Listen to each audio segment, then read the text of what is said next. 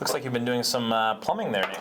Yes, indeed. I've been doing some plumbing, Nigel. I was doing helping out some of the mechanical engineers. Oh, yes. As you are Excellent. downstairs. We're doing a test rig downstairs to look at different shear rates, different flows. You imagine lots of fluids moving around. Yeah. And of course, the rig was having some problems, and you're thinking leaking. And of course, Call Nick. if you're thinking leaking, you always grab your handy dandy 99 cents. 99-cent solution Teflon tape. Yeah. And I learned a very interesting lesson doing this. It's funny how much different it is the second time you do it versus the first time. Absolutely. Yeah. Let me just show you my lesson. In fact, actually, I learned a couple of lessons. One of them, of course, is that there's actually different types of Teflon tape. This is the one I think everyone's kind of familiar with, right? Yeah. The old white 99-cent special.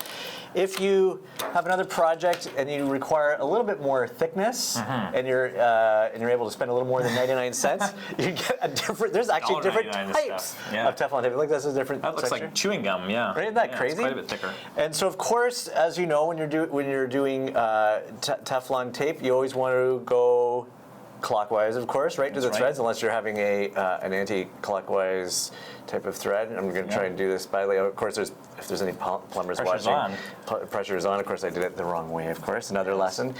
Just bear with me here while I do that. So you would go clockwise. And here's the second lesson I learned.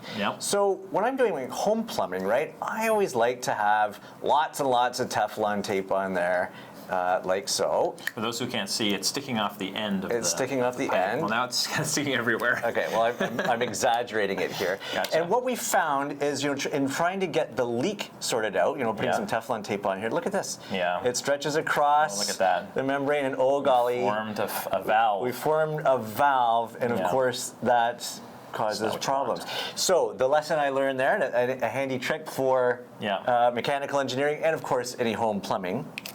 And I'll take that off, and we'll do this again. So we've got our, I'm just about out of Teflon tape here. Oh boy, the expensive stuff too, of course. This is the when you put your Teflon tape on, you want to leave those first couple of threads exposed, and that'll save you that problem. Yep, very nice. Yeah, I've been doing some home reno stuff myself recently. My discovery of the week has been this orange peel texture you can spray on the wall. Because when you paint and paint and paint, the paint kind of gets this crinkly, almost wrinkly look, if anyone's ever kind of looked at it. And if you have a hole in your wall, you have to patch. It's really smooth. So even if you do the best paint job in the world, you end up with these textured surfaces and then these flat surfaces you can see from a mile away if you have a discerning eye. So anyways, I bought this orange peel stuff. You spray and it kind of gives a bit of texture. And I haven't quite worked out the right distance to thickness ratio to get that perfect texture, but it's a cool product and definitely improves the look for people who are interested in getting those final details together. Fascinating. I'm not quite sure how that applies to med device, but there we go. Thanks. Med device and home repair. That's right.